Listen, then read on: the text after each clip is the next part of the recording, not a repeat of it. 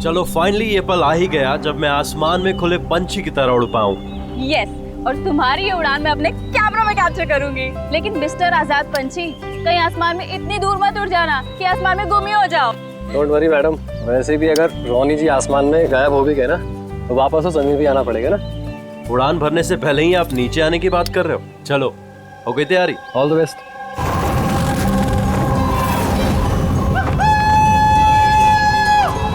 Yes, this is so much fun! Oh my God! Woohoo! Yes, come on, keep going, keep going. Alia, I love you!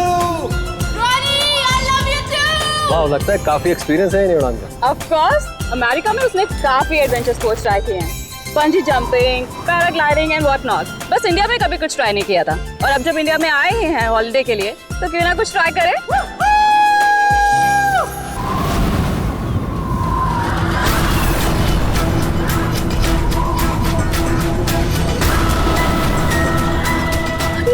रोनी को कुछ हो गया।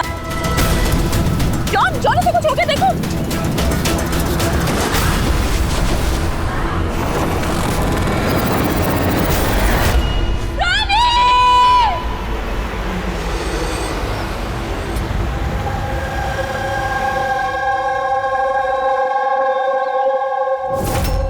मैं और रोनी तो यहाँ हॉलिडे मनाने आए थे। मुझे क्या पता था कि ये रोनी का आखिरी दिन साबित होगा।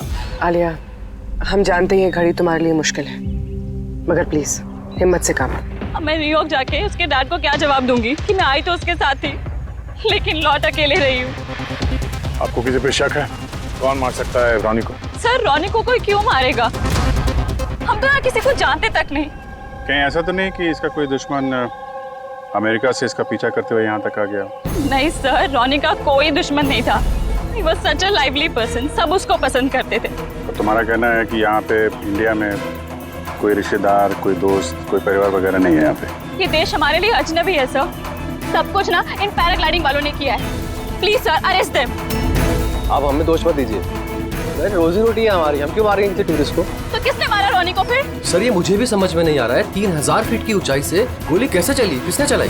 तो रोनी 3000 फीट की ऊंचाई पे उड़ रहा था? हाँ सर, और मैंने खुद गियर चेक किया था, कोई भी खतरनाक चीज नहीं थी उसके अंदर। और उसके आसपास किसी को उड़ते हुए देखा आसपास? नहीं सर, कोई भी नहीं था। आसमान एकदम साफ था, रेडियस भी क्लियर था, और वो अपनी उड़ान एंजॉय भी कर रहे थे। पर सडन पता नहीं क्या हुआ, एकदम से धड़ाम से नीचे आके गिर गए। ये जो घाव है ना, तो ऐसा लगता है कि काफी दूर से गोली चली है, शायद किसी राइफल से। हाँ, राइफल ही होगी, क्योंकि जिस हाइट पे ये उड़ान भर रहा था वहां से तो कोई शार्प शूटर ही गोली चला सकता है किसी राइफल से।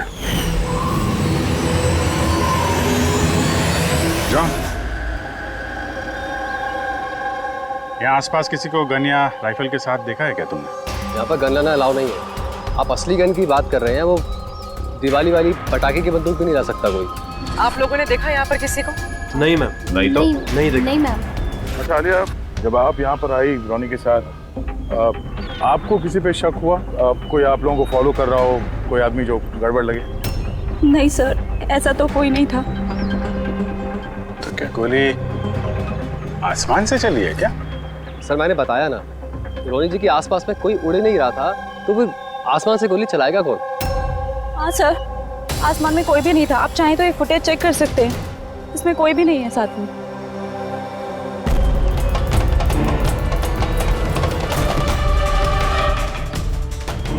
फुटेज में तो रोनी के आसपास दूर दूर तक कोई दिख नहीं रहा है। सर, जमीन से नीचे से ऊपर किसी ने गोली नहीं चलाई। ये कह रहे हैं कि जब वो ऊपर रुका था तो कोई उसके आसपास नहीं था, तो ऊपर से भी गोली नहीं चला सकता। ये बताइए, ये गोली चली तो चली कहाँ से और किसने गोली चलाई? कमाल है यार, इसका कोई दुश्मन नहीं है तो फिर इसको मारने के लिए इतनी प्लानिंग कौन करेगा? एक टेढ़ा केस लग रहा है।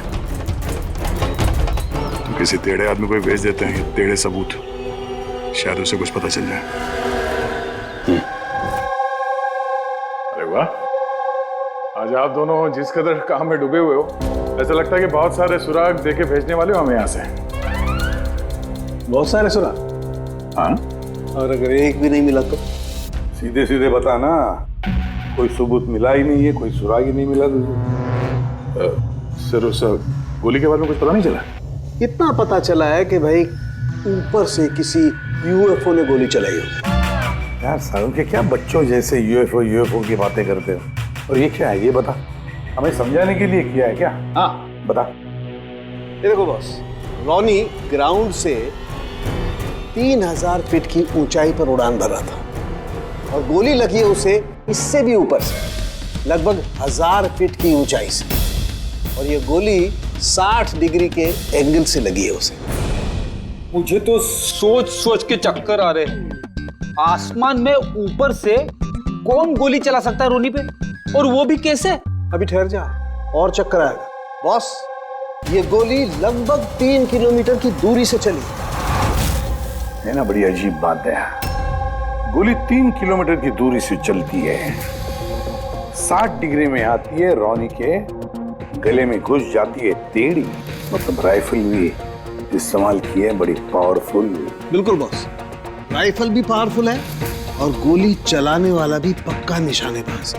इतनी ऊंचाई पर हवा बहुत तेजी से बहती है और टेम्परेचर भी ऊपर नीचे होता रहता है, फिर भी उसका निशाना चूका नहीं, एकदम अचूक पॉइंट पे लगा। तो गोली चलाने वाला भी मंजा हुआ खिलाड़ी है सर, एक शार्प शूटर। बिल्कुल, और ऐसे शार्प शूटर आसानी से तो मिलते नहीं जो ऐसा कारनामा कर जाए। लेकिन सर हमने सारे वीडियोस देख डाले। जब रॉनी आसमान में था तो उसके आसपास ना तो कोई चॉपर था ना पैराशूट, आसमान एकदम साफ था सर। वही तो समझ में नहीं आ रहा है कि ये किलर, ये गोली चलाने वाला था कहां पर, जबकि सारा आसमान साफ था, या बादलों में छुप कर बैठा था। और सर वो गोली से क्या पता चला है? कुछ नहीं मिला पूर्वी। मैंने बैलिस्टिक डिपार्टमेंट का पूरा डेटाबेस चेक किया, ऐसी गोली का तो कोई रिकॉर्ड ही नहीं है। सर, ये गोली जरूर कस्टम मेड बनवाई गई है। हाँ, अपने हिसाब से बना ली गोली, एक ऐसी गोली जो 3 किलोमीटर से चलती है और बिल्कुल निशाने पे लगती है। और सर, अगर ये गोली इतनी जबरदस्त है तो इसकी राइफल भी काफी स्पेशल होगी। हाँ, एक काम करते हैं, ये गोली फायर आर्म्स विंग और बैलिस्टिक डिपार्टमेंट में भेजते हैं, देखते हैं क्या रिपोर्ट आती है। अब ये जो भी कोई है, इतने ऊपर चला गया खून करने के लिए, अब जल्द से जल्द इसे जमीन पर लाते हैं।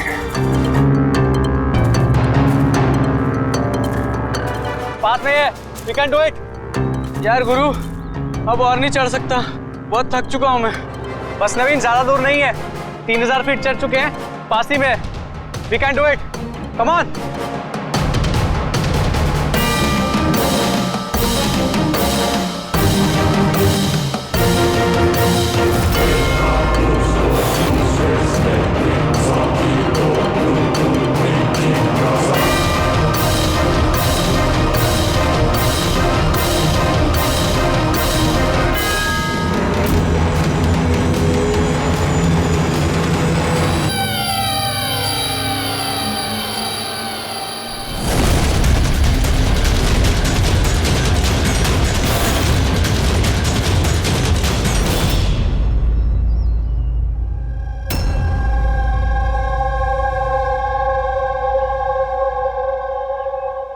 ऐसे लग रहा है जैसे रॉनी के मर्डर की फोटोकॉपी देख रहे हैं।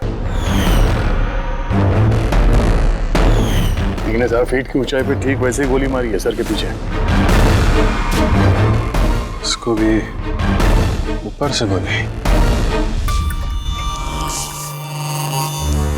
क्या आप लोग जब ट्रैकिंग कर रहे थे तो ये हितेन के पीछे भी कोई था क्या? नहीं सर, हितेन ही सबसे पीछे था सर। सर ये देखिए फुटेज। सर ये वही जगह जहाँ पे ये सब कुछ हुआ।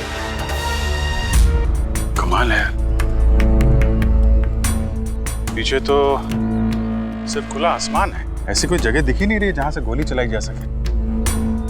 फिर इसे गोली कहां से लगी? दोनों केसेस में पता नहीं चल रहा है कि गोली चली कहां से है। सर एकदम सही कह रहे, आसमान से कोई कौवा या कबूतर थोड़ी गोली चलाएगा। ये गोली चली तो चली कहां से? और ये दोनों गोलियां 24 घंटे के अंदर अंदर चली।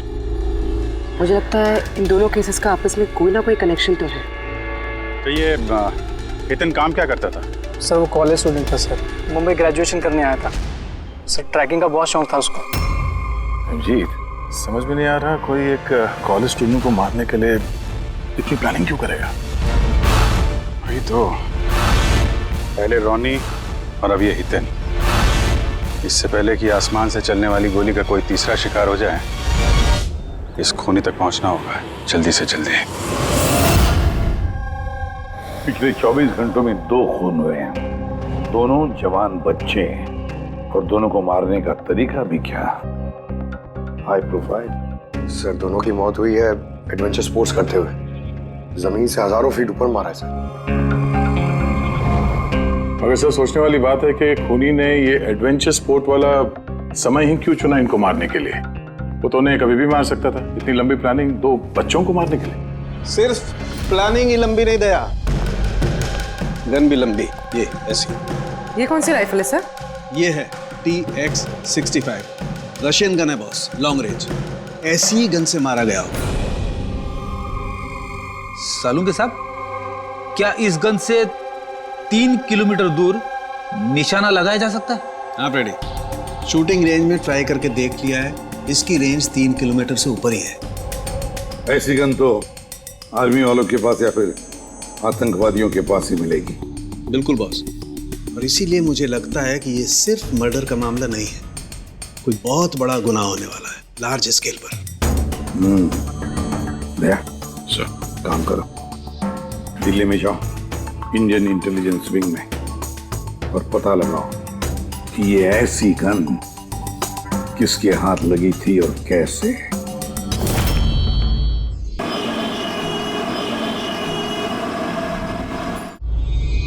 ये सारे खून इसी राइफल से हुए हैं, और आप लोग तो जानते हैं ऐसी हाई प्रोफाइल राइफल सबके हाथ में तो लग नहीं सकती। आप बिल्कुल सही कह रहे हैं सर, और गौर करने की बात तो ये है सर कि ये राइफल कोई खरीदना भी चाहे तो खरीद नहीं सकता।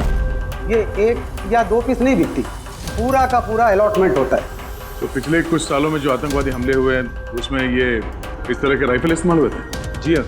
तो आपको किसी आतंकवादी गिरोह पे शक है? जी हाँ, अगर हमारा अंदाजा सही है तो हम जानते हैं कि इसके पीछे किसका हाथ है। कौन? इलवारे जिले में कुछ समय पहले हमारी आर्मी ने बहुत सारे हथियार जब्त किए थे। उन हथियारों में ये वाली राइफल भी। हाँ प्रताप सर, सारे आतंकवादी मारे, उनमें से एक आतंकवादी बचकर निकल गया और हमने उनके सारे हथियार जब्त कर लिए। Well done Pratap sir. और जो आतंकवादी भागकर गया है उसके बारे में सारे पोस्ट को अलर्ट कर दो। तो ये काम उस आतंकवादी का हो सकता है जो बचकर निकल गया था वहां से? जी हाँ, और हमारी इंफॉर्मेशन के मुताबिक ये आतंकवादी गिरोह जल्दी ही कुछ बड़ा करने वाला है। शायद ये उसी की शुरुआत हो। ये दोनों जुर्म कोई मामूली खून नहीं है, ये जरूर कोई बड़ी साजिश है, बड़ी साजिश, आतंकवादी हमले की साजिश। हाँ सर, और इस हमले को रोकने के लिए पहले इन आसमान से चलने वाली गोलियों का राज का पता लगाना पड़ेगा सर। और इस राज का पता करने के लिए हमें सबसे पहले ये पता करना पड़ेगा सर कि आतंकवादी रॉनी और हितेन जैसे आम आदमी की हत्या क्यों की। वैसे क्या कॉमन है इन दोनों खून में? सर दोनों मर्डर हवा में हुए, दोनों बार गोलियां ऊपर से चली, हाई प्रोफाइल राइफल से। किसी प्रोफेशनल शार्प शूटर का काम है सर ये। और सर इन दोनों केसेस में कोई वैंटेज पॉइंट नहीं है, कोई ऐसी जगह नहीं है जहां पे बैठ के खूनी इन दोनों पे गोली चला सकता है। वैंटेज पॉइंट, वैंटेज पॉइंट, कहीं यही तो वजह नहीं हो सकती है? तो आप कहना चाह रहे हैं सर कि खूनी के पास कोई जगह नहीं थी बैठ के गोली चलाने की, और उसे ये पक्का करना था कि उसका टारगेट छूटे ना, उससे कोई चूक ना हो, इसलिए वो इन दोनों पे प्रैक्टिस कर रहा था। एग्जैक्टली अभिजीत, एग्जैक्टली, वो निशानेबाजी की प्रैक्टिस कर रहा था। मतलब सर उसका असली टारगेट कोई और है? सर अगर कोई वैंटेज पॉइंट था ही नहीं तो फिर वो हवा में गोलियां कहां से चला रहा था? पंकज, तुम्हारे सवाल का जवाब तुम्हारे सवाल में ही है। ये बताओ कि हम, मेरा मतलब है इंसान हवा में कैसे उड़ता है बिना पंखों के? सर एरोप्लेन से या फिर हेलीकॉप्टर से? बस तुम्हारा जवाब मिल गया। लेकिन सर वहाँ क्राइम सीन पे ऊपर आसमान में कोई चॉपर तो उड़ नहीं रहा था, ना ही कोई केबल कार थी वहां पे। दया कुछ और होगा, कुछ और होगा। अभिजीत मैप निकालो, वहां उस पैराग्लाइडिंग और माउंटेनियरिंग कैंप के आसपास देखो। मेरा मतलब है ऐसा कुछ है क्या जहां से आदमी हवा में उड़ सके? जंगल है, और हाँ ये 2 हॉट एयर बैलून रेंजेस भी हैं। सर देखो जहां पर खून है उसके आसपास कितने रेडियस में है ये? सर ये दोनों 60 किलोमीटर के रेडियस में। एक बात तो पक्की हो गई, खूनी वहां पर उस हॉट एयर बलून में बैठा था और वहीं से उसने गोली चलाई 3 किलोमीटर की दूरी पे। सर अगर किसी को हॉट एयर बैलून की सवारी करनी है तो पहले से बुकिंग करनी पड़ती है, कोई ऐसे ही नहीं जा सकता। कोई बात नहीं, तो वहां उस हॉट एयर बलून रेंज के ऑफिस में जाकर पता लगा कि ऐसा कौन सा टूरिस्ट था जिसने उन 2 दिनों में दोनों हॉट एयर बलून में सवारी की थी। ये टोटल 12 लोगों की लिस्ट है जो उस दिन हॉट एयर बलून में बैठे थे। कुछ लोग अलग बैठे थे और कुछ लोग ग्रुप बना के बैठे थे।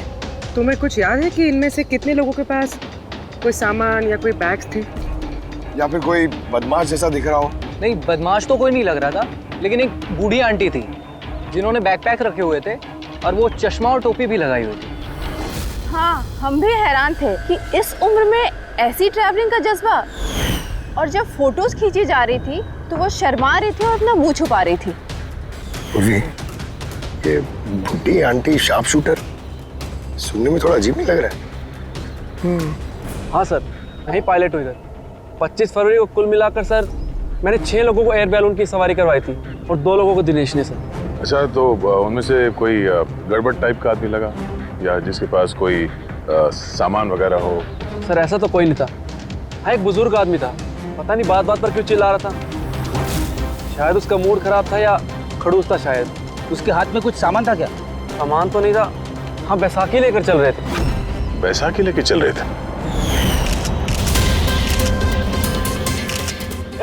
तुम लोग की हिम्मत कैसे हुई मेरी तस्वीर लेने की बिना मुझसे पूछे? जरा भी तमीज है कि नहीं है? उड़ाओ उसे, उड़ाओ। अच्छा, फोटो खींचने पे नाराज हो गए? कितनी अजीब बात है ना सर। लोग हॉट एयर बलून पे रोज रोज तो बैठते नहीं हैं, तो वो खुद ही फोटो खिंचवाना चाहते हैं ताकि वो इस मेमोरी को हमेशा अपने पास रख सकें। और कोई खास बात याद है उनके बारे में? सब पता नहीं बतानी चाहिए या नहीं। नहीं नहीं, बोलो, जो भी याद है खुल के बताओ। इन्हें चलता देख के लग नहीं रहा था कि उन्हें बैसाखी की जरूरत होगी, पर फिर भी उन्होंने बैसाखी पकड़ रखी थी। अच्छा,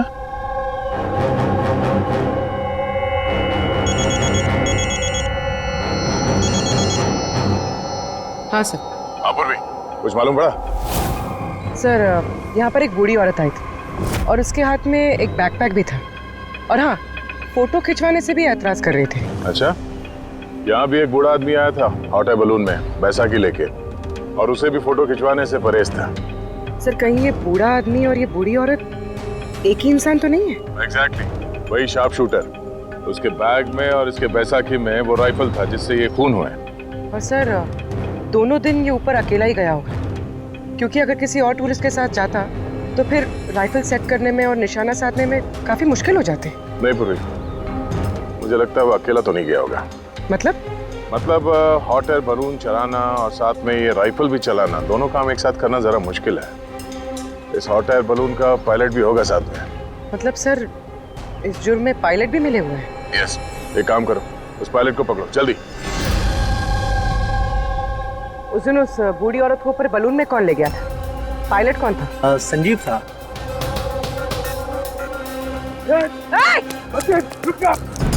रुक जा।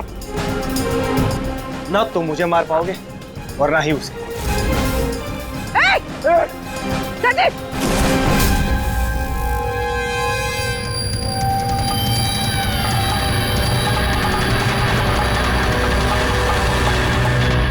ये तो अपनी जान देने के लिए तैयार था।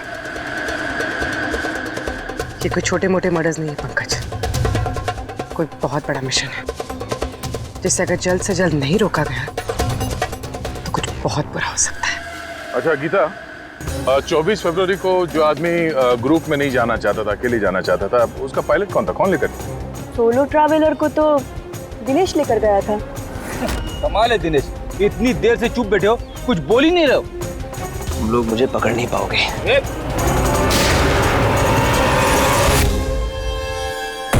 अभी यमराज तुझे अपॉइंटमेंट देने के मूड में नहीं है। जब तक हमारे सवालों का जवाब नहीं मिल जाता तुझे जिंदा रहना पड़ेगा।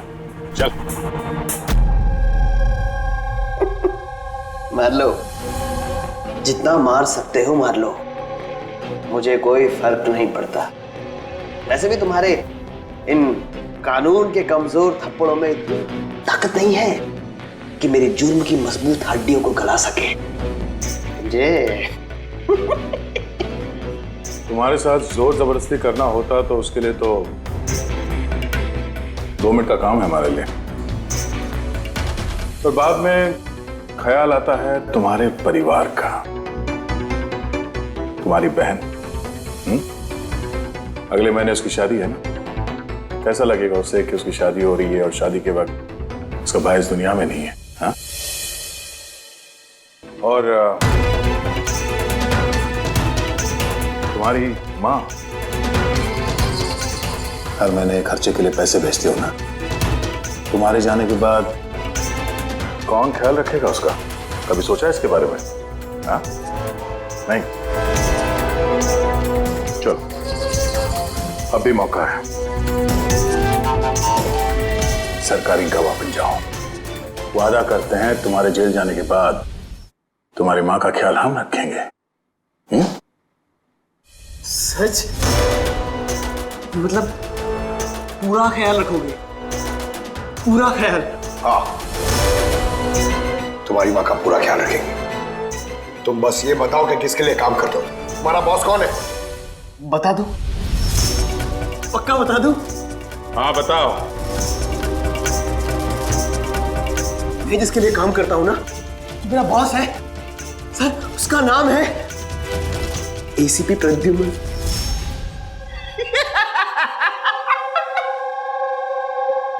एसीपी प्रद्युमन, जाओ पकड़ लो और गिरफ्तार कर लो उसे। कहा था ना, मैं कुछ नहीं बताने वाला, जो कर सकते हो कर लो। सीआईडी वाले, सीआईडी।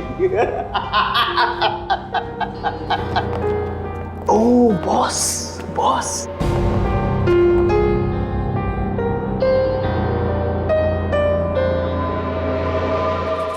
कोई बात नहीं, कुछ मत बताना। अब हम ना तुमसे कुछ पूछेंगे, कुछ बताने के लिए तुम पर जोर जबरदस्ती करेंगे, कुछ नहीं, सिर्फ एक करेंगे,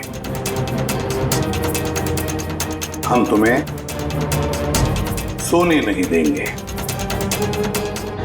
सोने नहीं देंगे? वैसे भी मैं अगर जागता रहा तो मैं कुछ बताने नहीं वाला हूं आप लोगों को। कोई जरूरत नहीं, कुछ मत बताओ, पर सोने नहीं देंगे तुम्हें। ओके? यार दया, मैंने तो सुना है कि आदमी खाने पीने के बगैर तो काफी दिनों तक सरवाइव कर सकता है, लेकिन सोए भी ना।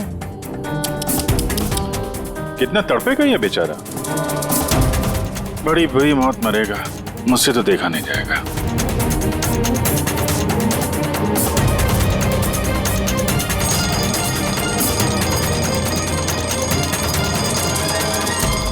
समय काटने के लिए आसानी होगी, हाँ? अपने जिंदगी के आखिरी पल अपनी आंखों के आगे गुजरते हुए देखो, ठीक है? Thank you. सोने मत देना इसको।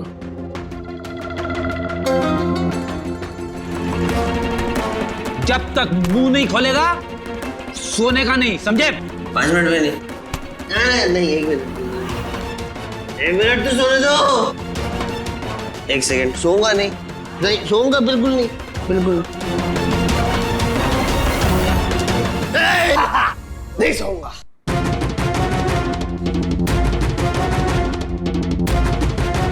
बस अब टूटने वाला ही है।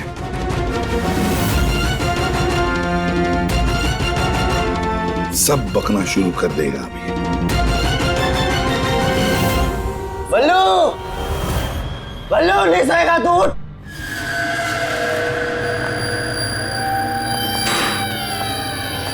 क्या सोना चाहता है? तो सोने देंगे ना भाई, क्या प्रॉब्लम है? चलो हम सोने देंगे तुम्हें। खाली ये बताओ कि तुम्हारे गिरोह का प्लान क्या है? हाँ बता दो। मेरा नाम दिनेश नहीं है, मेरा नाम हाँ मेरा नाम बल्लू है, दिनेश नहीं है मेरा नाम। और मुझे स्पेशली इसी मिशन के लिए तैयार किया गया था। और जो दो मर्डर हुए थे ना, वो प्रैक्टिस थी। हमारा असली मिशन है उसको मारना। और क्या नाम है उसका? वो स्टीव मल्डर। स्टीव मल्डर, वो इंटरनेशनल पीस मीडिएटर, शांति दूत जो हमारे देश आया है, दुश्मन देशों के बीचों शांति का करार करवाता है, आतंकवाद बंद करने के लिए। किसी भी हम नहीं चाहते कि आतंकवाद कभी रुके। और स्टीव मल्डर तो मरेगा, तुम लोग कुछ नहीं कर सकते। और तो कर भी लोगे ना, उसको बचा भी लिया ना, और स्टीव मल्डर को खत्म कर देंगे हम। हमारा जो शार्प शूटर है ना, एकदम रेडी। कहाँ मारने वाले हैं और कब? बोल। वो जब कॉन्फ्रेंस में भाषण दे रहा होगा ना, वो सबसे सही वही सबसे सही समय वही सबसे सही समय होगा, क्योंकि उस समय उसके आसपास सिक्योरिटी वाले नहीं होंगे।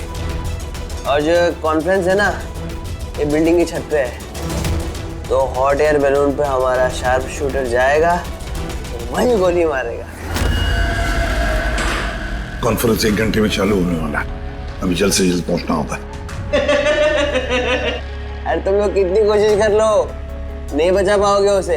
और हाँ, अगर तुम लोगों ने बचा भी दिया ना, तो हम दोबारा प्लान बनाएंगे, दोबारा मार देंगे। कौन मारेगा? कैसा दिखता है वो? अरे मैंने उसकी नकल नहीं देखी अभी तक, जब भी आता है भेष बदल के आता है। तुम लोग क्या उसमें पकड़ोगे? हॉस्पिटल ले जाओ जल्दी। सर, क्या हम हॉट एयर बलून रुकवा नहीं सकते जब तक ये कॉन्फ्रेंस पूरी न हो जाए? नहीं फ्रेडी, ये हॉट एयर बलून हम नहीं रुकवाएंगे। अगर आज रोक दिए तो कल दूसरा प्लान करेंगे।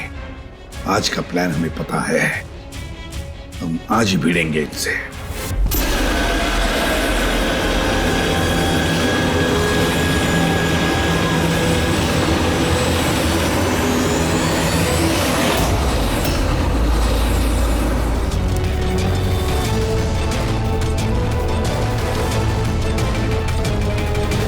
सर, कैमरा क्रू वाले आए हैं, उनके पास 2 बैग है। Camera crew?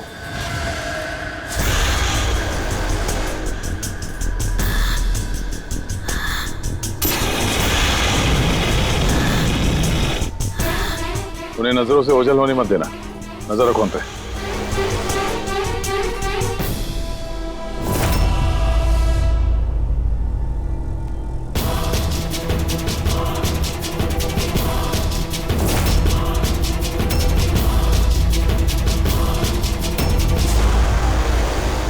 सर, तो बहुत सारे बलून उड़ रहे। सुसाइड बॉम्बिंग क्या है? कोई खुशी खुशी हो अपनी जान देने को कैसे रेडी हो सकते हैं? जिंदगी अनमोल। Oh no, We need to respect ये सारे बलून? life। और हर देश वो कौन सा बलून होगा जिसकी हमें तलाश है? लगता है भेष बदल के आया है। ये तो शक्ल से कुछ गड़बड़ लग रहा है।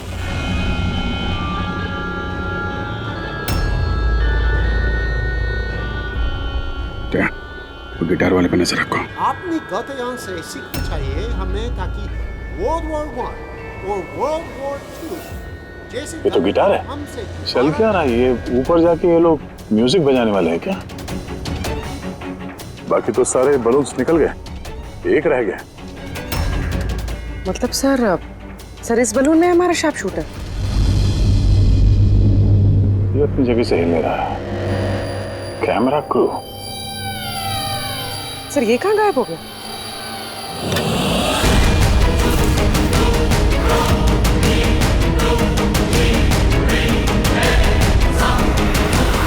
सर इसके पास तो राइफल है, वैसे ही जैसे साड़ू के सर ने बताई थी। अभिजीत,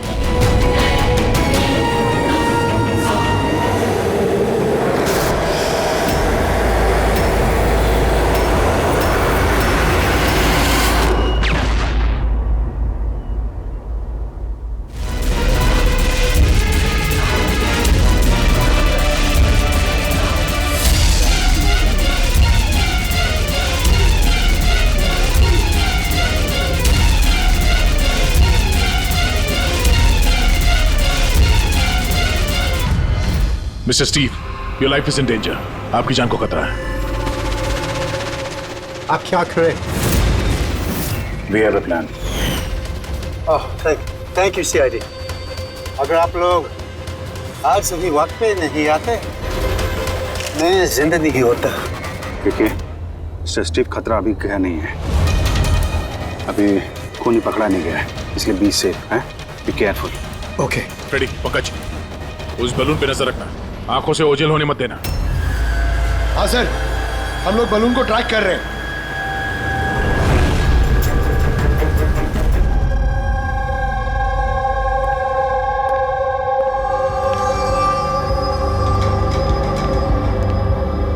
हाँ Purvi. Good job, congrats.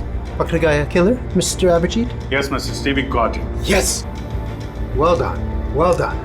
CID बरसों से इस देश की सेवा कर रहे हैं और आज एक बार फिर आपने एक खतरनाक टेररिस्ट को पकड़ लिए हैं। अभी वो पकड़ा गया है, बहुत जल्द हम उसके पूरे ग्रुप को पकड़ लेंगे। Mister Steve, we are very proud of you. आप जैसे लोगों की दुनिया को जरूरत है, जो आप जैसे साहसी हैं और नेक हो।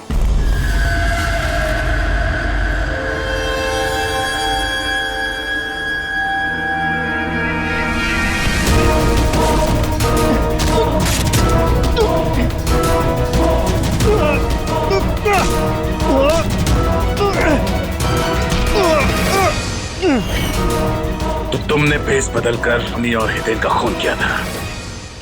तुम मिस्टर शार्प शूटर, अब जेल की उड़ान भरना है, फांसी पे छूटते हमें, समझा? तुम्हें क्या लगता है तुमने मुझे पकड़ लिया तो स्टीव जिंदा बच जाएगा? कभी नहीं। हमारी तादाद इतनी ज्यादा है कि तुम्हारा कानून हमें ढूंढते ढूंढते थक जाएगा, लेकिन हम खत्म नहीं होंगे। खत्म होगा तो तुम्हारा ये देश। एक खटमल हमारे देश पे बुरी नजर डालने वाले आए और चले गए।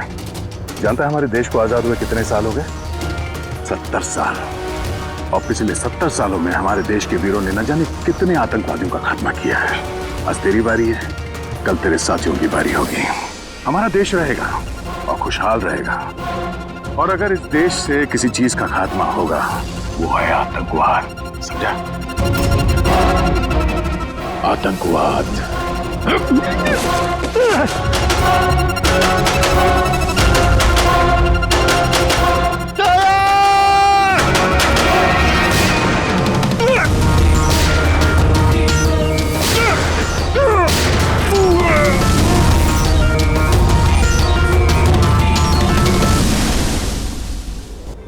आतंकवादी, पीठ पे ही गोली मारोगे? हम लोग यहाँ खाते गोली, यहाँ।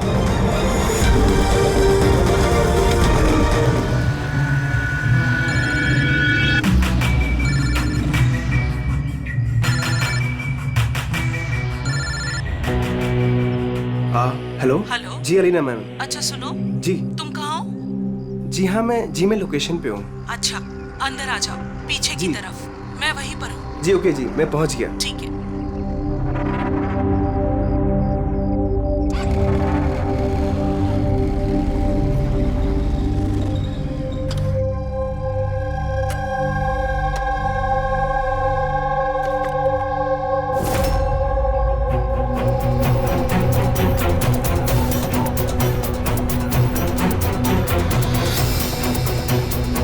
सी जगह है यार?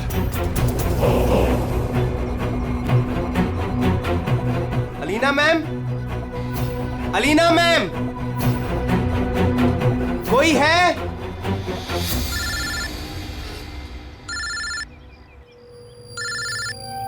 हाँ हेलो। तुम कहाँ हो? मैम मैं पहुंच गया, मैं नीचे खड़ा हूँ बिल्डिंग के।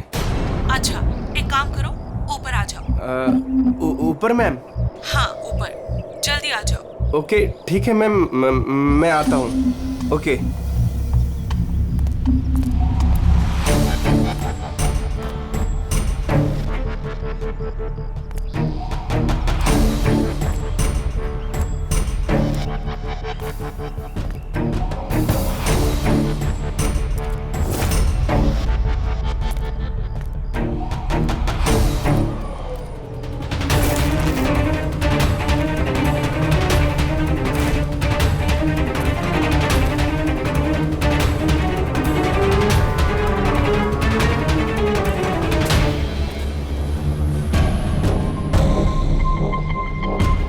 मैम मैं आ गया।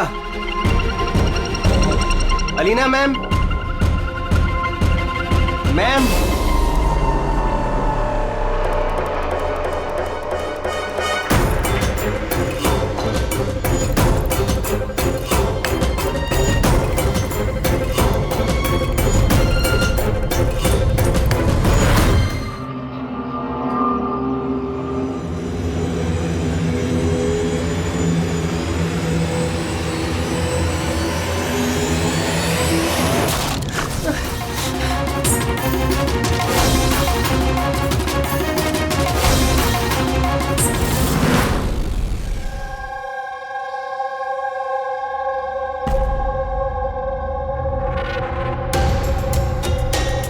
आर यू श्योर ये वही केस है?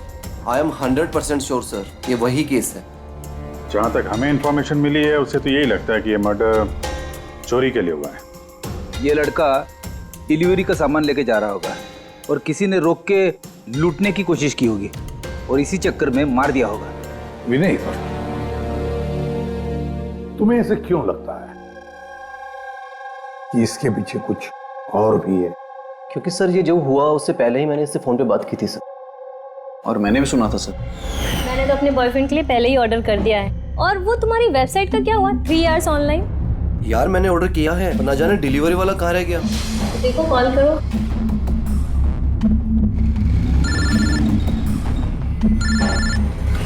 हाँ हेलो। भाई कहाँ रह गया यार, कब से वेट कर रहा हूँ आपका। सॉरी सर, आधे घंटे में आ रहा हूँ। मेरे क्लाइंट ने एड्रेस कहीं का दिया था और उसने मुझे बुलाया कहीं पर है। बस सर वही जगह मैं ढूंढ रहा हूँ। प्लीज सर थोड़ा सा वेट करिए। हेलो भैया, ये एसजे मिल्स का है? एसजे मिल्स उस तरफ। हेलो, अरे किससे बात कर रहे हो? सीधे जी। हाँ सर, बस मैं बस आधे घंटे में आ रहा हूँ। हाँ ठीक है चलो। लेकिन वो आया नहीं सर, हमें लगा पता नहीं क्या हुआ।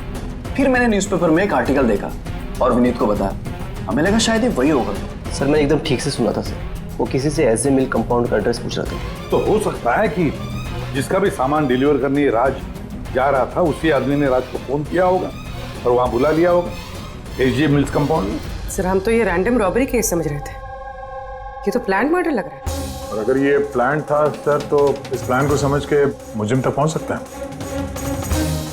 ठीक है Vineet, thank you very much.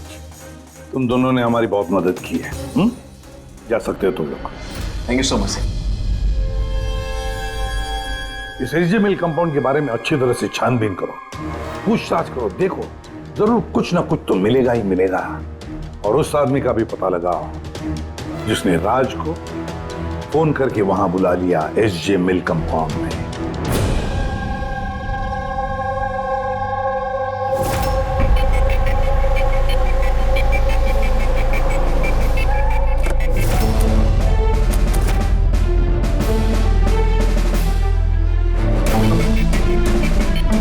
Abhijit, लगता है जिस तरह से ये गिरा है कहीं ऊपर से तो नहीं गिरा है। जरा वो फोटोग्राफ दिखाना। यस सर, ये सर। पीठ के बल गिरा है और गला कटा हुआ है। राणे कुछ पता चला इसके बारे में? कौन था ये? हाँ सर, पता किया है। इसका नाम राज था। कॉरेस्पॉन्डेंस से बीए की पढ़ाई कर रहा था और इसकी फैमिली में कोई है नहीं। अपना खर्च निकालने के लिए ये ई शॉप ऑनलाइन शॉपिंग में ये काम कर रहा था। बेचारा। एक बात बताओ, कितने का इसका सामान चोरी हुआ? तकरीबन सर 1.5 लाख रुपए का। लेकिन सर जो भी सामान चोरी हुआ है वो सारे इंश्योर्ड थे सर। इंश्योर्ड हैं? मतलब कंपनी वाले को और जिसने ऑर्डर किया था उन दोनों को कोई नुकसान नहीं होगा। लेकिन सर बेचारे की जान चली गई, वो भी सिर्फ 1.5 लाख के लिए। इसका मोबाइल और पर्स ये दोनों भी गायब हैं। रानी, जरा एक बात बताओ, ये बिल्डिंग ऐसी आधी अधूरी क्यों है? मेरा मतलब है इसका कंस्ट्रक्शन बंद क्यों है? कुछ जानते हो इसके बारे में? हाँ सर, मैंने पता किया था। एक्चुअली बिल्डर के पास में पैसे की कमी हो गई थी तो उसने काम को बीच में ही छोड़ दिया।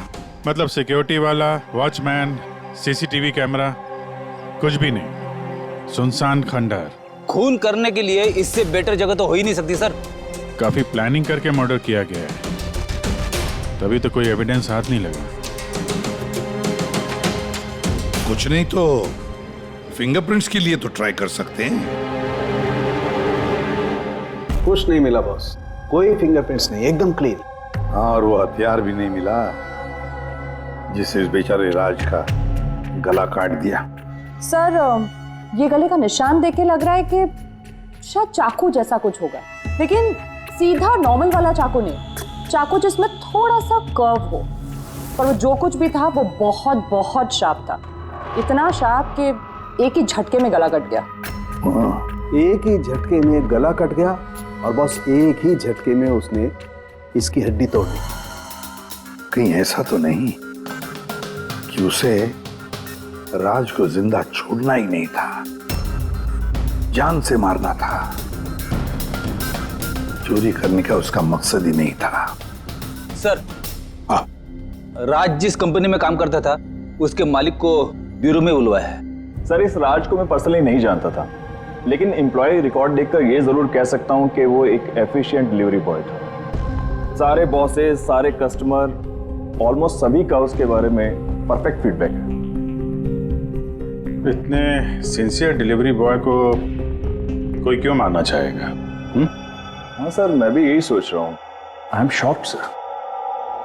अच्छा, राज उस दिन जहाँ जहाँ डिलीवरी करने गया था और जो जो सामान चोरी हुआ है हमें उनकी लिस्ट चाहिए।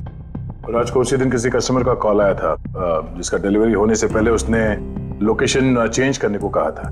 तो जितने भी कस्टमर्स हैं उन सबके नाम चाहिए हमें। श्योर, बेटे।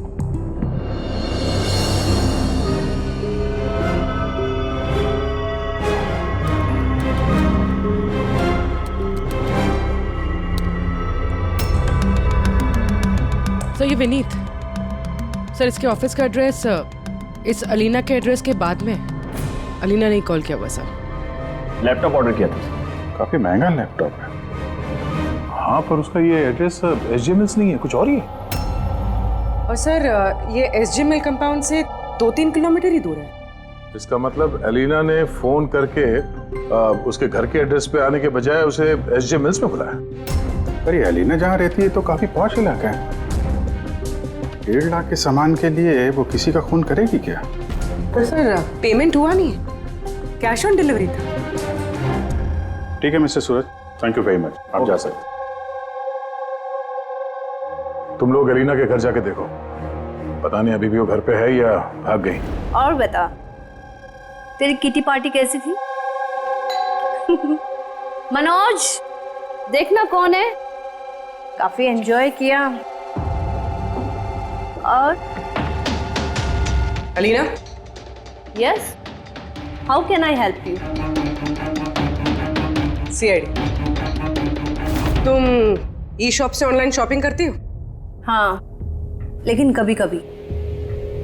वेडनेसडे को आपका कोई पैकेज आने वाला था? वेडनेसडे? मैंने कुछ भी ऑर्डर नहीं किया। Are you sure? कि ई शॉप से आपने लैपटॉप नहीं मंगाया था? Laptop? No, not at all. अपना फोन दीजिए। But why? आप लोग मुझे बताएंगे आखिर बात क्या है? देखिए मैडम, हमें केस इन्वेस्टिगेट करने आए और उससे आप हमारे साथ कोऑपरेट करिए। फोन लाइए अपना, लाइए लाइए।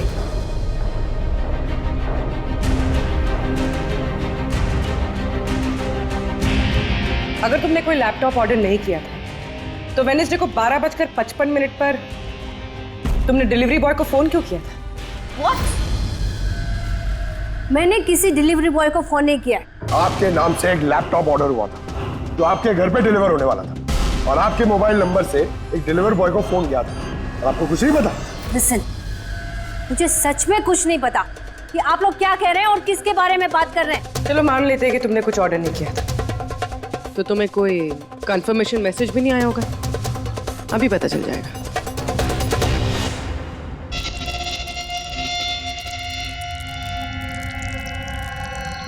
अच्छा तो ये बात बताइए, वेडनेसडे को दोपहर 1 बजे आप कहाँ थे? हाँ, मैं सैलून गई थी अपने हेयर ट्रीटमेंट के लिए। और तुम्हारा फोन कहाँ था?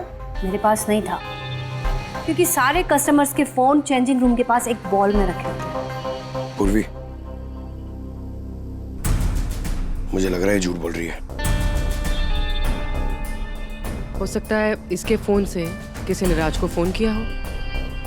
ये सैलून बोल रही है ना, वहां जाके देखते हैं। आपके सैलून का नाम क्या है? दी यूनिसेक्स सैलून।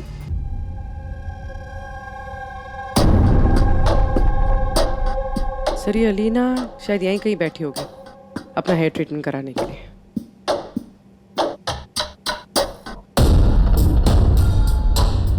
वो भी ठीक सीसीटीवी कैमरा के सामने। Excuse me, can I help you?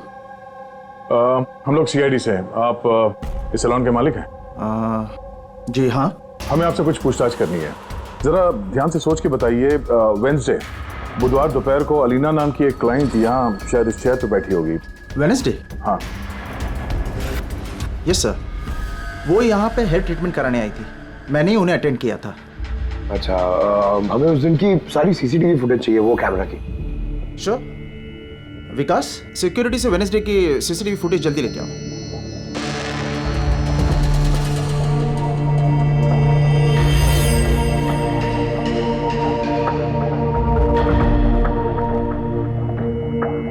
Sir,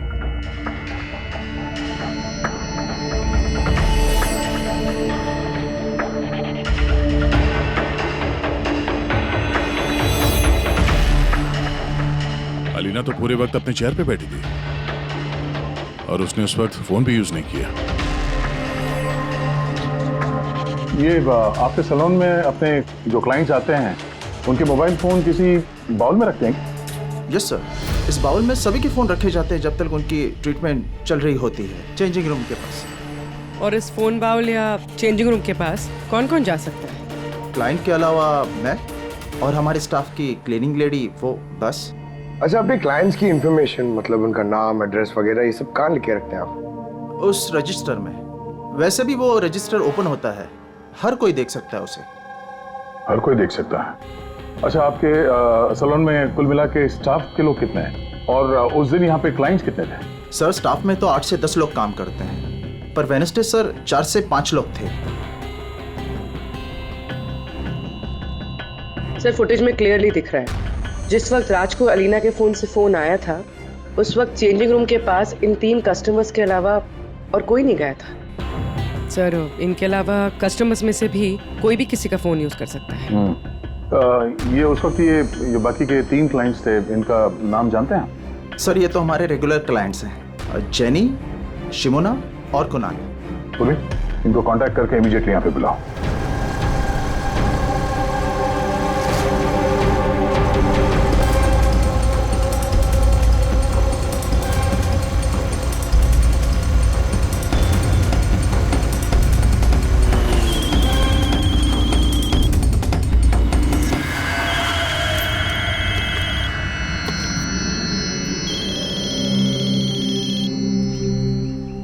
hello. हाँ, मैं अमर बोल रहा हूँ। मेरा शॉपथॉन से एक ऑर्डर था जो आज डिलीवर होने वाला था। एक छोटी सी रिक्वेस्ट है कि ये तुम दूसरे एड्रेस पर डिलीवर कर सकते हो क्या?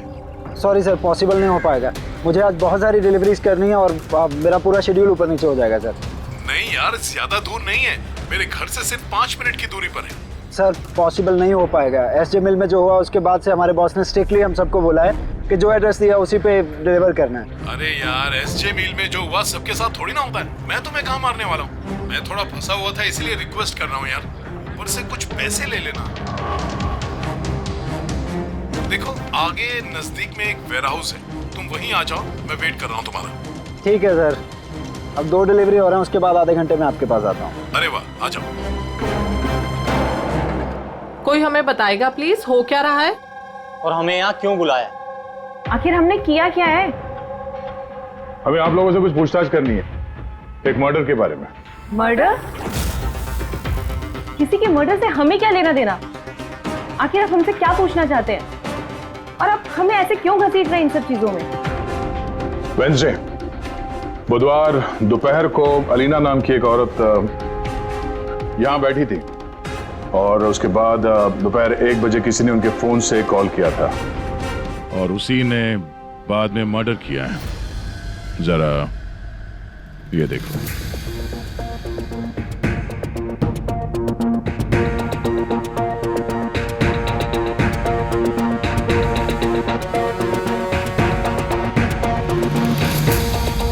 अलीना के अलावा तुम तीनों ही थे जो फोन्स के पास जा सकते थे। अब सीधे सीधे ये बताओ कि अलीना के फोन से वो कॉल किसने किया? क्या? कौन सा कॉल? कैसा कॉल? मैं किसी का फोन को हाथ क्यों लगाऊंगी? कोई भी क्यों हाथ लगाएगा? सर, ये लोग वैसे ही वेल टू डू और अच्छी फैमिली से बिलोंग करते हैं। जब भी आते हैं 1-1 घंटे में 10-10 हज़ार बिल बना के जाते हैं। Sir I don't think so ये कुछ चंद पैसों के लिए किसी का मर्डर करेंगे। हो सकता है फोन पैसों के लिए ना किया गया हो।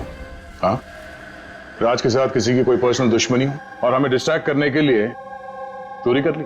सर मैं ऑनलाइन शॉपिंग करता हूँ और आई गेस ये लोग भी ऑनलाइन शॉपिंग करते होंगे, लेकिन हम किसी और के अकाउंट से ऑर्डर क्यों करेंगे सर? ठीक है, फिलहाल आप लोग जा सकते हैं, लेकिन हाँ हमारे परमिशन के बिना आप लोग शहर छोड़ के बाहर नहीं जा सकते हैं। प्लीज कोऑपरेट कीजिए हमारे साथ।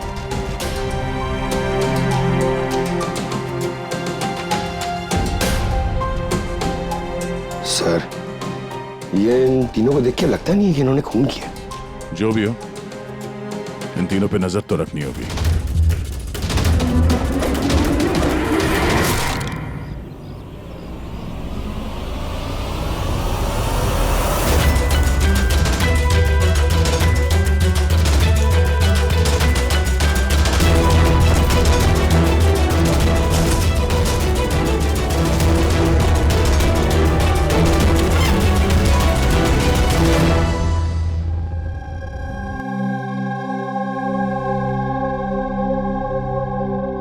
देखो जतिन, डरो मत, ठंडे दिमाग से सोच के बताओ कि एग्जैक्टली हुआ क्या था। सर सब कुछ बता तो दिया पुलिस को।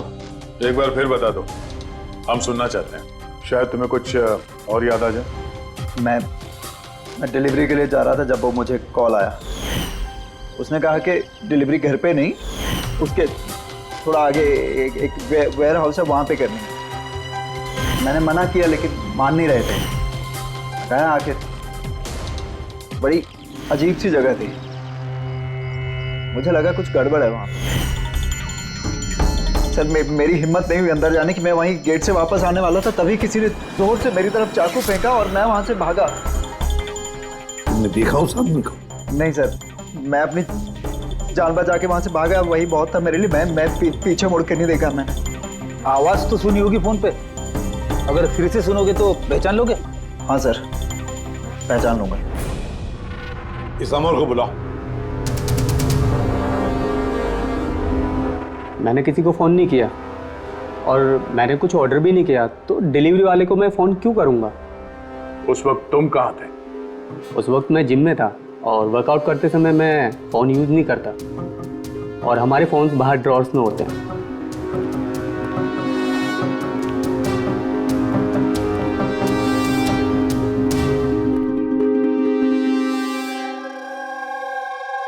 Jatin,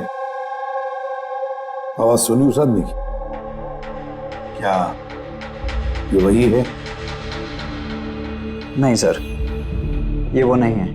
are you sure? ठीक से याद है? सर उसकी आवाज़ बहुत भारी थी, ये पक्का वो नहीं है। ठीक है, तुम जा सकते हो, जरूरत पड़े तो बुला लेंगे। Thank you sir. सर हमें तो लग रहा था कि राज का मर्डर पर्सनल दुश्मनी की वजह से हुआ है, पर यहाँ तो कुछ और ही चक्कर है। और खाली पैसों का मामला हो ऐसा भी नहीं लगता है। एग्जैक्टली सर, क्योंकि इस बार तो सामान सिर्फ 50,000 का था। या तो सर ये खूनी इसे पैसे की सख्त जरूरत है या फिर मेंटली अनस्टेबल है। सर अगर ऐसी बात है तो वो सलोन वाले चारों तो हो ही नहीं सकते, क्योंकि वो तो अच्छे अमीर खानदान से। चारों के बारे में क्या पता चला? फॉलोअप किया? हाँ सर, लोकल पुलिस उस पर नजर रखे हुए है। जब जतिन के साथ ये सब हुआ तब शिमुना और अलीना कहीं और थे, और कुणाल और जेनी इनका आता पता नहीं था, सुबह से गायब थे। एक काम करो, इस जिम्नेजियम में जाके पता लगाओ कि कौन है जो अमर के फोन से जतिन को फोन कर सकता है। और पूर्वी इस चाकू का पूरा इंफॉर्मेशन निकालो।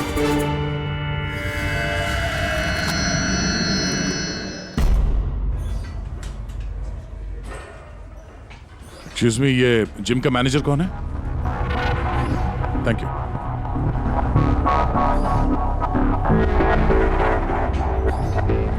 अरे आप तो ऑलरेडी इतने वेल बिल्ट हैं, ट्रेनर के जॉब के लिए अप्लाई करने आए हैं क्या? आपके होते हुए हमारी क्या जरूरत है?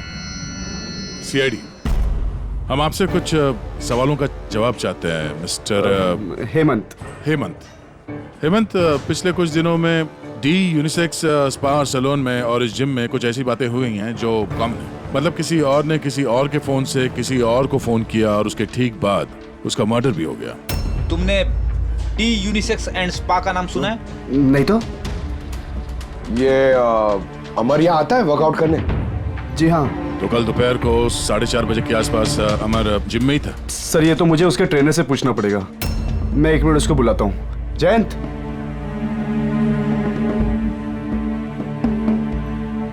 जयंत, ये अमर कल दोपहर 4:30 बजे के आसपास जिम में था? अमर, हाँ वो यहीं थे सर, मैं ही उनको ट्रेन कर रहा था। और उस वक्त उसका फोन उसके पास था? फोन नहीं सर, हेमंत सर का स्ट्रिक्ट रूल है, जिम में नो मोबाइल फोन्स। तो फिर तुम लोग फोन कहाँ पे रखते हो?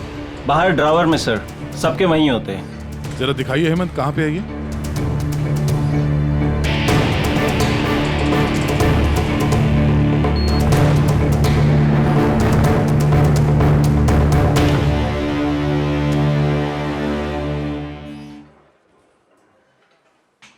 सारे फोन्स एक साथ एक जगह पे, सेम पैटर्न।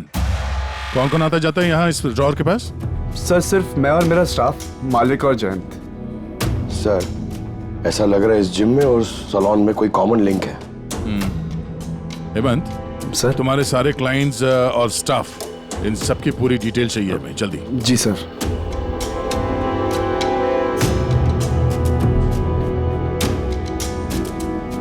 इनमें से किसी की आवाज मैच हुई? नहीं सर। जेनी, कुणाल, हेमंत, जयंत, मालविका, खूनी इनमें से कोई भी हो सकता है, कोई भी। वो जो जिम में भी था और सैलून में भी। लेकिन एक बात तो पक्की है सर, ये जेनी और कुणाल नहीं हो सकते। मैंने इनके क्रेडिट कार्ड बिल्स और फोन रिकॉर्ड चेक किए, इनका जिम से कोई कांटेक्ट नहीं है। और ना जिम के ट्रेनर्स का सैलून से। कोई तो होगा ना इनमें से जो इतने कम पैसों के लिए खून कर सकता है, वो ये माल फटाफट बेचने की कोशिश भी करेगा ताकि उसके पास कोई सबूत ना बचे। योगेश, तुम्हें क्या लगता है? सर ये लैपटॉप, ब्रेसलेट, स्टेशनरी का सामान, ये तो रोजमर्रा की चीजें हैं, इनको ढूंढना बहुत मुश्किल है। और ये laughing Buddha? Laughing Buddha, antique piece, इसको ढूंढने की कोशिश कर सकता हूँ। कोशिश नहीं, पता लगा, समझे? बहुत पुराना पीस है ये लाफिंग बुद्धा। कोई ना कोई तो जगह होगी ना जहाँ पे ऐसे स्पेशल एंटीक पीसेस खरीदे बेचे जाते हैं। एक जगह मुझे मालूम है, मुझे बस थोड़ा टाइम दे दो, मैं पता करके बताता हूँ। सर, हाँ, ठीक है योगेश, काम पे लग जाओ। हाँ पंकज, क्या मिला तेरे सोशल मीडिया में? सर ये लोग बहुत बेवकूफ होते हैं, पर्सनल लाइफ में अपनी इंफॉर्मेशन छुपाते हैं मगर सोशल मीडिया पे फटाफट सब डाल देते हैं। ये देखिए हेमंत का पूरा professional biodata. Freelance master at the unisex salon. Sir वहां तो ऐसे नाटक करा था जैसे इसे कुछ समझ में ही नहीं आ रहा है। उठाओ इस हेमंत को।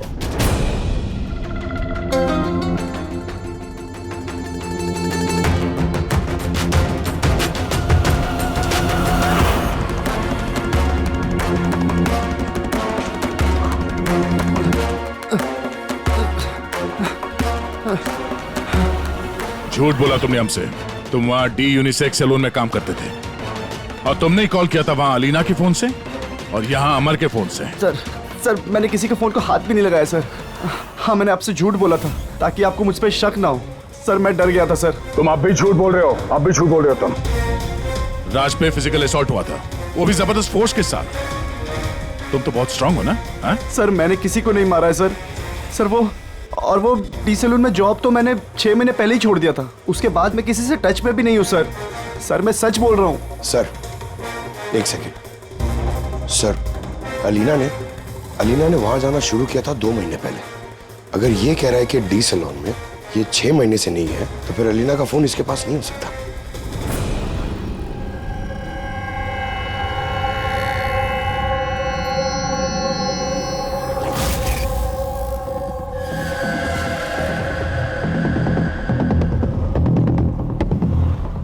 हेलो। हाँ सर, मैं उसी दुकान के बाहर खड़ा हुआ हूँ जिधर वो लाफिंग बुद्धा बेचा है। हाँ। ये लंबा चौड़ा बॉडी बिल्डर टाइप का आदमी था। हाँ, लूज कपड़े पहने हुए थे, दाढ़ी वीड़ी रखी हुई थी। हाँ, चश्मा भी पहना हुआ था। गुड जॉब योगेश, ठीक है। सर ये जतिन जो है ये तो क्लीन शेव्ड है, ये नहीं हो सकता। ये हेमंत की दाढ़ी भी है और बॉडी बिल्डर भी है सर।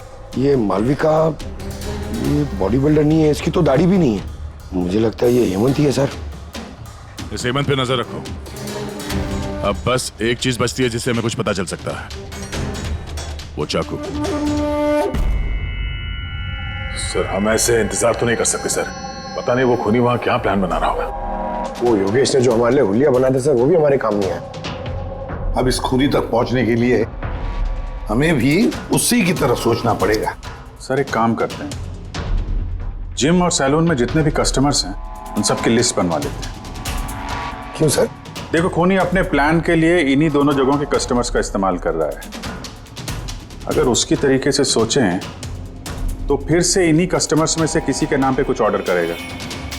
और अगर हम इन नामों की लिस्ट ऑनलाइन शॉपिंग के जितने भी वेबसाइट्स हैं ना उन सबको दे दें तो जैसे ही किसी के नाम पे ऑर्डर आएगा हमें पता चल जाएगा। लेकिन सर अगर खूनी ने फिर से चोरी करने का प्लान बनाया ही नहीं तो? बनाएगा, वो जरूर दोबारा ये प्लान बनाएगा। 50,000 लाख जैसे मामूली रकमों के लिए ये चोरी करके खून भी करता है। उसे लत लगी है अब इन सब चीजों की।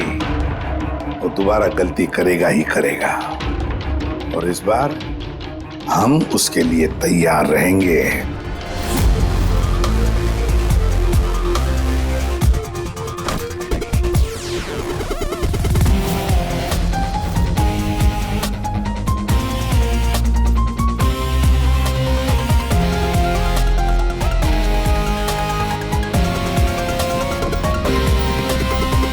हाँ सर। देखो पंकज, ये अरुण जो है वो सलून का क्लाइंट है और ऑर्डर इसी अरुण ने दी है। ओके, तुम्हें फोन आएगा थोड़ी देर में, तैयार रहना। सर मैं एकदम रेडी हूँ, तैयार बैठा हूँ यहाँ पे। गुड। और उसके ओरिजिनल एड्रेस पे जा रहा हूँ सर। हाँ।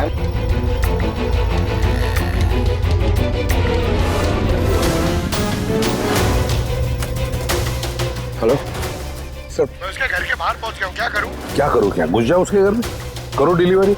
Okay sir. 1 मिनट होल्ड करना। मिस्टर अरुण, ये पैकेज है। क्या है इसमें? ये तो आपको पता होगा सर, आपने मंगाया ना? नहीं मैंने कुछ नहीं मंगाया। आपने नहीं मंगाया? नहीं। ये sure? Yeah, I'm very sure. ठीक है सर, सॉरी, मैं रिटर्न लेके जाता हूँ। पंकज, इस अरुण ने ऑर्डर नहीं दी थी ना? कोई बात नहीं, तुम आ जाओ। या हम लोग कुछ गलती कर रहे हैं। बताया तो सही पूर्वी, कोई उंगलियों के निशान नहीं मिले इस पे। तुमने डबल चेक किया? अरे मैंने ट्रिपल चेक किया, इस नाइफ पे एक भी निशान नहीं मिला है। लेकिन एक बात पक्की है पूर्वी, एक बात पक्की है कि राज का खून इसी चाकू से हुआ है, क्योंकि इस चाकू पर हमें राज के खून के ट्रेसेस मिले। राइट। और दूसरी एक बात, ये नाइफ थोड़ा स्पेशल है, थोड़ा अलग। इस पे जो डिजाइन बनी हुई है ना, इसे ध्यान से देखो।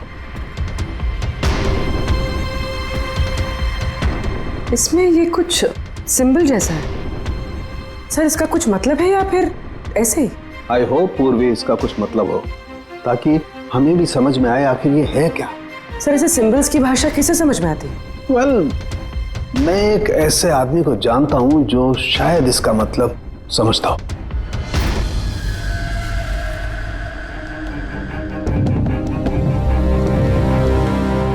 ये जो चाकू है ना जी, ये कम से कम 200 वर्ष पुराना है। Pre British artefact. ये आप लोगों के पास कहाँ से आया? हम भी यही जानना चाहते हैं सर कि ये कहाँ से आया। देखने में तो ये राजस्थान के उत्सर्ग राजघराने का लगता है। ये कैसे पता चला आपको? ये सिंबल देख रहे हैं ना आप, ये सेंटर में। हाँ, और ये कारीगरी देख रहे हैं, ये देखिए बारीक नक्काशी, ये उसी वक्त का है। That is 100% I am sure. Sir अब मैं आपका कंप्यूटर यूज कर सकती हूँ? अरे पूछने की क्या बात है। नहीं।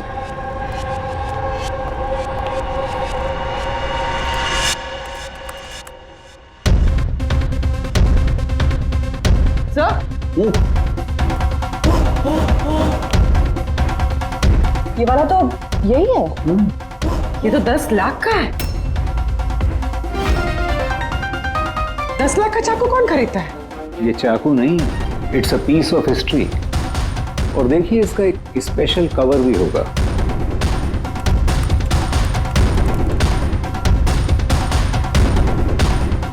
$60 लाख? इसका कवर 60 लाख का है? 60 लाख कवर का? हाँ। सर इसके स्टोर मैनेजर को फोन करते हैं।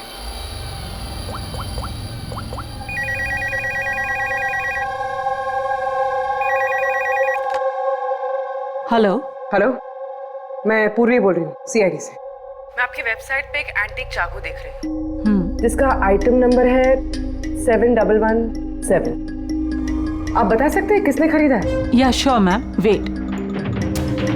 जी वो चाकू तो पिछले हफ्ते ही हमारे यहाँ से किसी ने लिया है। और हाँ, आज ही उन्होंने उस कवर के लिए 4 लाख रुपए एडवांस पेमेंट भी किया है। डिलीवरी कब है? आज ही। इनफैक्ट हमारा जो डिलीवरी बॉय है वो तो पहुंचता होगा। अच्छा, जिसने भी ये कवर खरीदा है हमें उसका नाम और एड्रेस चाहिए, और आपके डिलीवरी एजेंट का नाम, एड्रेस और फोन नंबर, जल्दी। ओके सर, एसीपी सर को इन्फॉर्म करना होगा, और जो भी ये डिलीवरी एजेंट है उसे ट्रैक करना होगा। अरे ये कैसी जगह है? कहीं मैं गलत एड्रेस पे तो नहीं आया ना? SJ मिल कंपाउंड, एड्रेस तो सही है। कॉल लगा देता हूँ। Hello sir. हाँ सर, मैं आपके दिए गए एड्रेस पे आ गया हूँ। हाँ सर, आप कहाँ पे हो? अंदर? लेकिन सर यहाँ पर तो कोई भी नहीं है, तो एकदम सुनसान जगह है। टिप? ठीक है सर, मैं अंदर आता हूँ।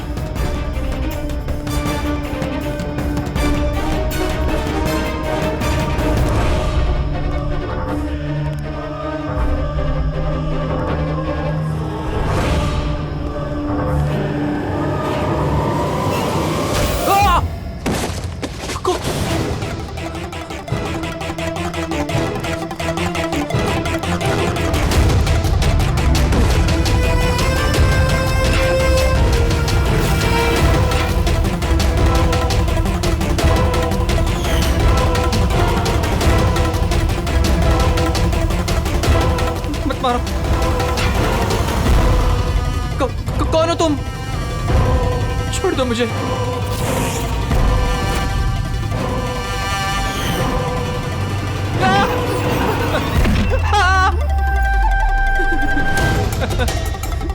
तुम क्या कर रहे हो?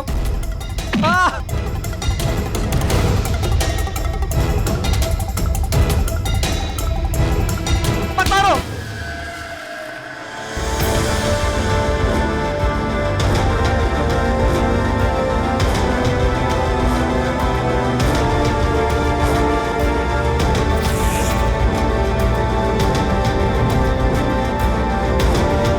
तो ये सारा खेल इस चाकू के कवर के लिए था।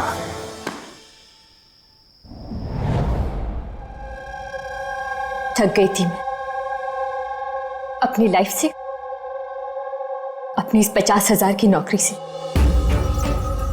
जब मैं उन रईस लोगों को देखकर खून खौलता था मेरा, रोज कोई ना कोई नई चीज खरीदते रहते थे जिनकी उन्हें जरूरत भी नहीं थी।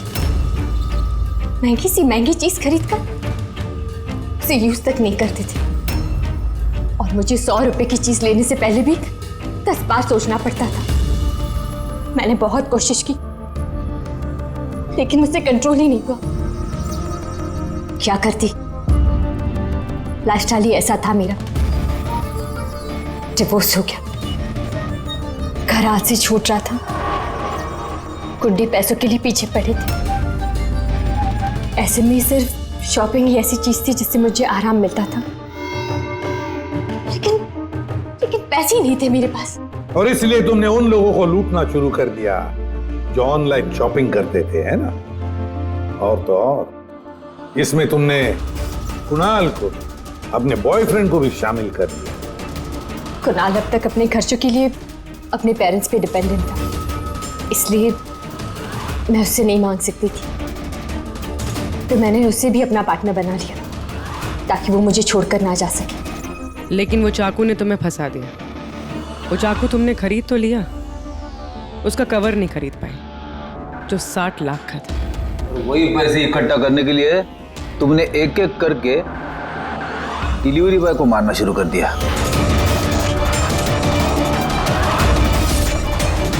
और आज उसको भी मारने वाली थी जो चाकू का कवर डिलीवर करने वाला था।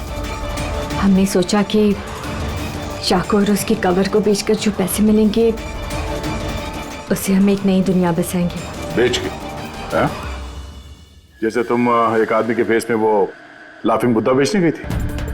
तुमने अपनी आवाज कैसे बदली थी जब तुमने जतिन को फोन किया था? वॉइस मॉड्यूलेटर ऐप से। मुझे लगा कि ऐसा करने से पुलिस को शक ही नहीं होगा, जयंत और हेमंत पर ही शक जाएगा। और उसी ऐप का इस्तेमाल करके तुमने राज को एसजे मिल में बुलवा लिया, क्यों? अमीर बनना था ना तुम्हें? अमीर बनना था इसे, पैसा चाहिए था, पैसा।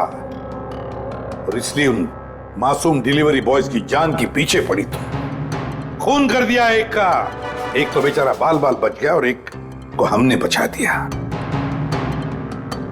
क्या बिगाड़ा था उन्होंने तुम्हारा? हा? क्यों मारा तुमने उन्हें? अफसोस नहीं है तुम्हें अपने किए पर? अफसोस है अपनी लाइफ पर। अगर मैं दूसरों की तरह अमीर होती तो मुझे ये सब करने की जरूरत ही नहीं पड़ती। खून करने के लिए कोई वजह जायज नहीं होती। तो तुम पैसों की बात कर रही हो। तुमसे ज्यादा जरूरत राज और जतिन को थी, और उनके पास भी कई मौके थे। वो लोग लाखों का सामान चुरा के भाग सकते थे, लेकिन उन लोगों ने ऐसा नहीं किया क्योंकि वो लोग मेहनती थे, ईमानदार थे। तुम दोनों की तरह क्रिमिनल्स नहीं। अब से शुरू होगी तुम्हारी नई लाइफ की शुरुआत जेल की सलाखों के पीछे। जिंदगी से थक गई थी ना तुम? अब आराम करते बैठना और सोचते रहना नए नए तरीके पैसे कमाने के ऑनलाइन शॉपिंग से। तब तक फांसी का ऑर्डर तो आ ही जाएगा। CID के और भी मजेदार और सस्पेंस से जुड़े एपिसोड्स को देखने के लिए हमारे चैनल को सब्सक्राइब करें और बेल आइकॉन दबाना ना भूलें।